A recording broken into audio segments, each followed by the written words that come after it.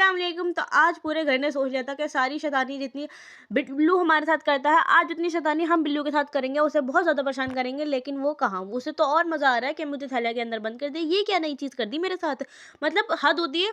बिल्कुल भी वो नहीं हिल रहा था, हम उसे निकालने की कोशिश करते निकल निकल निकल, लेकिन नहीं। अदा उसे देख रही थी, लेकिन बिल्लू कह रहा था मैं नहीं निकलूंगा। लेकिन निकलने के बाद में उसने एकदम से छलांग लगाई। और अम्मी ने जी ये सारा फैलावा करा था ना सिलाई करने का। अम्मी को आजकल जो भूत चढ़ा हुआ है, तो कभी कटिंग करती है, कभी कुछ करती है, इधर उधर फैला देती हैं सारा। ये तो अम्मी ने अपना सूट काटा है।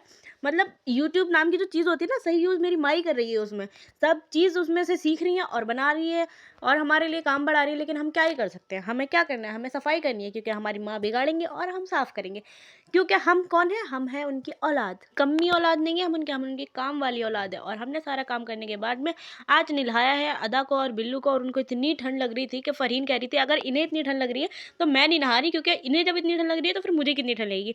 लेकिन उसे मार मार के नहलाया है, उसे भी और इन दोनों को भी। मतलब आज तो हद ही हो गई। बिल्लू भी कंबल के अंदर से नहीं निकल रहा था, बोल रहा था नहीं नहीं मैं भी नहीं लूंगा। और कम से कम ये 1.5 घंटा मेरे पास सोया है भाई। और आज अम्मी खाने में बना रही है दाल बनाई थी अम्मी ने मसूर की और कीमे वाली दाल, और बनाया था आलू गोभी, क्योंकि हमारे यहाँ कीमे की दाल फरहीन और अरमान नहीं खाते, जिसमें गोश्त डलता है। उन दोनों को कुछ नहीं पसंद।